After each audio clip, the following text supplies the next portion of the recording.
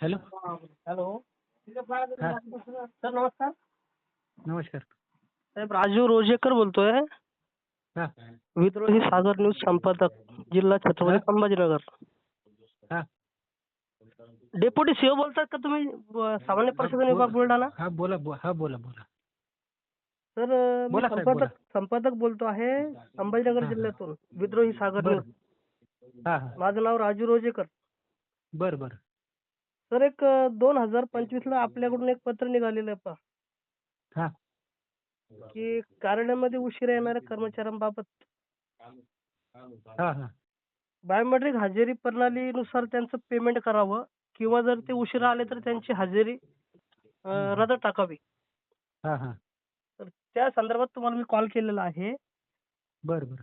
की आपल्या जिल्ह्यामध्ये चांदूर बिस्वा म्हणून एक गाव आहे नांदुरा तालुक्यामध्ये. बर. तर तेथील एक ग्रामसेवक हम्म.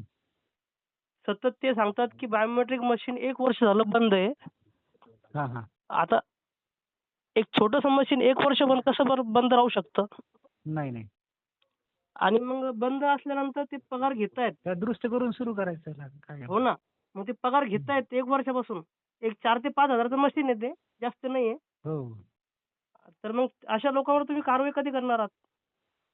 मी काय करतो, चांदोर विश्वाच्या आता तुम्ही सांगितले, मी बघतो तिथे एकदा. कारण ते सतत त्याचा पगार अहवाल घेतो उचलत मी आहेत. तिथल्या ते तिथल्या म्हणतात तिथल्या की बीडीओ कडून.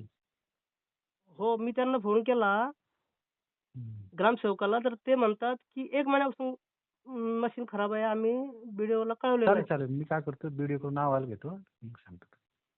तर मग अशा काय लोकांवर तुम्ही कारवाई करा, परिस्थिती. कारण तुमच्या पत्राचं तुमच्या हो हो, लक्षात आलं माझ्या, पुढचा तुमचा मुद्दा लक्षात आला. तर तुमच्या आदेशाचं पालन देतो होत मी, नाही माहिती याचा घेतो. अर्थ. हो हो, मी देतो, पत्र देतो बीडीओंना, त्याची चौकशी करतो.